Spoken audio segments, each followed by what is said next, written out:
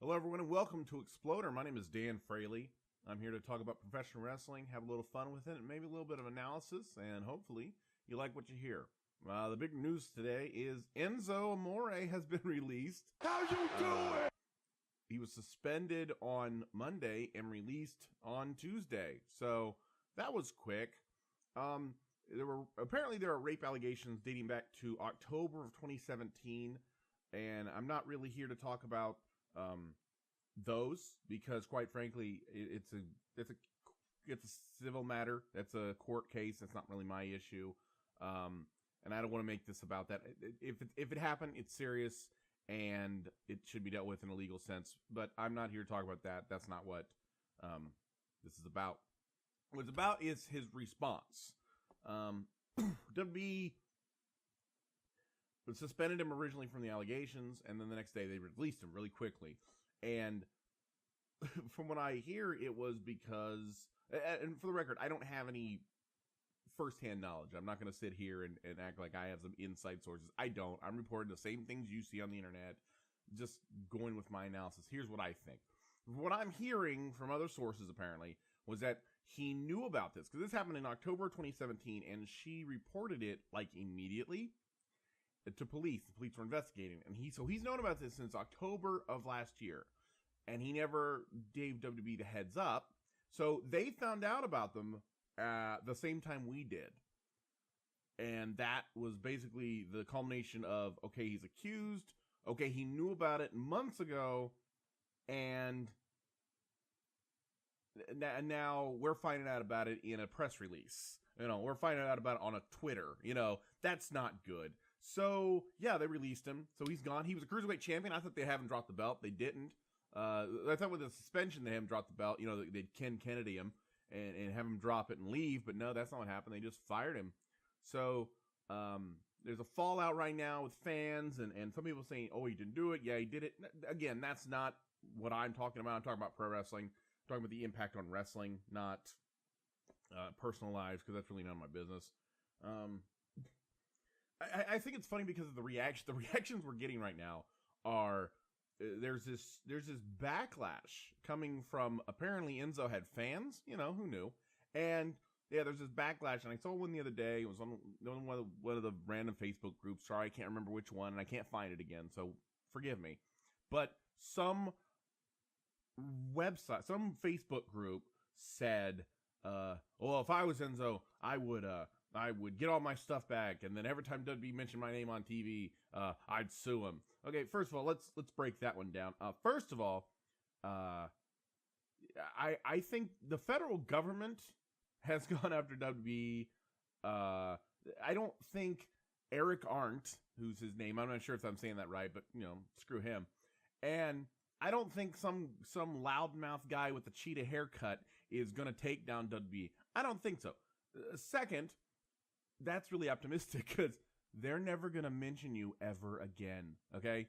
They're going to Benoit you. You understand that? Right now have just said Chris Benoit's name more than WWE has since 2007, okay? So they're going to Benoit you, okay? You're for one, because what you're being accused of, they don't want to be associated with it, but it's also because you're gone. WWE is a bubble. When you're in the bubble, you're irrelevant. When you're not in the bubble, you're not mentioned. WWE won't mention Rob Van Dam unless they have a clip they want to show. They don't mention guys that aren't there anymore. So you think they're going to mention, at any point, they're going to mention Enzo Amore. In what context? They're going to say the former champion, the previous blah, blah, blah, it's vacant, and they're going to move on. They're not going to mention him. Second, how much you want to bet WWE owns Enzo Amore?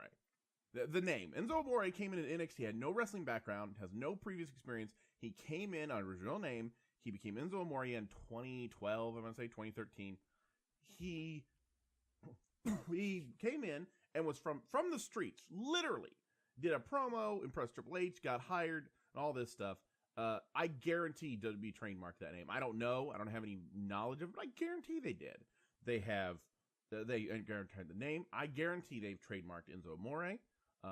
They probably trademarked and certified G. I think they've tried. I don't know if they can, but they've tried, I bet. Anything that's ever appeared on a t-shirt for that guy, I guarantee they've trademarked it. I'll bet you right now they have a trademark in the office right now for how you doing. I guarantee it. Like, they got to share it with NBC, because of the Friends fallout. But I mean, that's, in case they do a Friends reunion later down the road. But I mean, that's really, I guarantee WWE does not, WWE trademarks things so many times per year that have they don't use. I remember years ago, they trademarked a thing called the 10th ring. It was never used. It was public knowledge that it was trademarked, but it was never used. They have so much money, they trademark things they'll never use just in case. So the idea that they don't have Enzo Amore or Big Cass or anything like that, they don't have that trademark, you're out of your mind. So, yeah, you're not going to win that. So, and more importantly with this Enzo situation, before I finish this topic, I just appreciate the fallout. Like, do you understand the flame out of this character, of this guy? I mean, Eric Art, this guy got hired into NXT from the street, no background, no indies, nothing. Went right through developmental, went to NXT, became a successful tag team, became tag team champions in NXT, got brought to the main roster, had a successful tag team, got over like a sumbitch, broke up, and then broke up with the tag team, then had a singles run and won a championship, and then got fired. He managed to do this from 2012 to 2018. He did this in 6 years. This is like insane levels of flame out. Like, I was gonna say, like, when I first started thinking about this topic, I was gonna say like Ahmed Johnson, but Ahmed Johnson was in WWE for 3 years, and he had an indie background.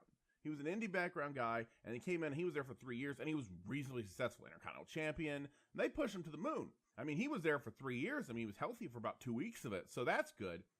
So the idea that this guy has gone from nobody to on TV to fired for allegedly raping someone in 6 years, that's almost Ultimate Warrior level flame out. Almost. I mean, if it was Ultimate Warrior level, he'd have to do it like 2 more times.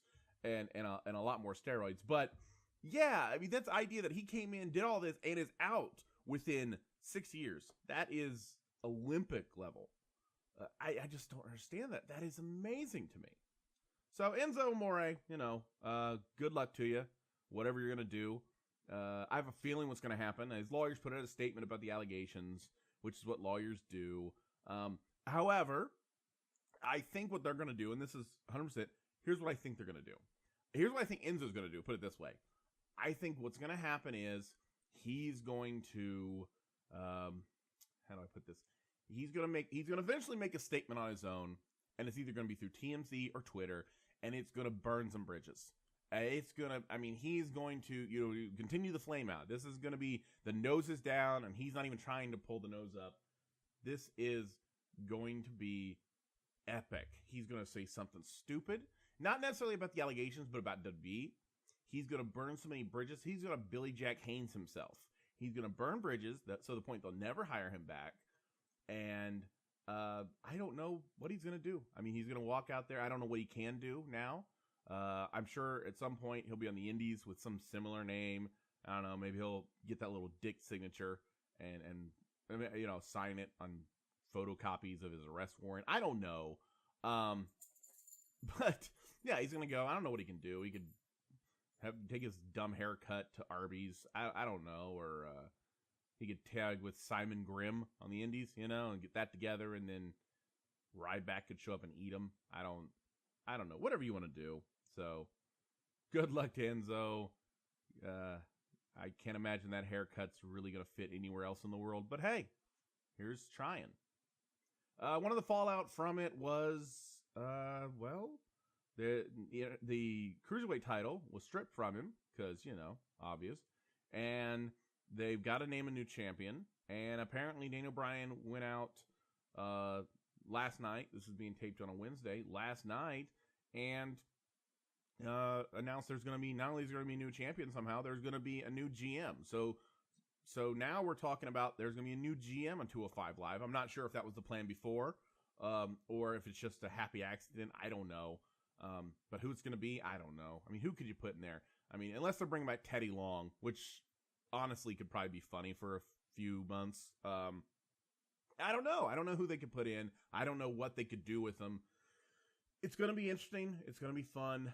I hope they pick somebody right. I hope they don't bring, like, I was going to make a Mike Adamle joke, but his current situation's sort of sad. Like, it's sort of sad, so I don't want to make fun of Mike Adamle now. I don't know. So that's going to be interesting. Some people are saying Spud. I don't know. Spud's a worker. I don't know if that's a good idea to bring Spud back that way, but then again, you know, that'd be made to Jerry Regal's manservant. So who could it be? I don't know. I'm interested like anybody else. You got no champion. You got a new GM coming up. They've got to fill both spots. So actually, for the first time, 205 Live's very interesting to me. I might actually check it out next week. So, yeah. I'm going to finish with this one. I'm reading an article. Royal Rumble is coming up next Sunday. So it's going to be exciting. It has to be better than last year. And it has to be better than the year before. Which, to be fair, on both accounts, it's not hard. Just don't have Randy Orton win this one and then go on to a boring match with a projector screen. I don't know what that was. Last with Bray Wyatt. I don't know. They're talking about the possible winners. About the winners, I mean, it's always in that top 10 guys. Who could it be? You know, there's guys. I mean, quite frankly, if you put Kurt Hawkins in the Rumble, he's not winning. I mean, he's not. Kurt Hawkins isn't going to win. I don't care.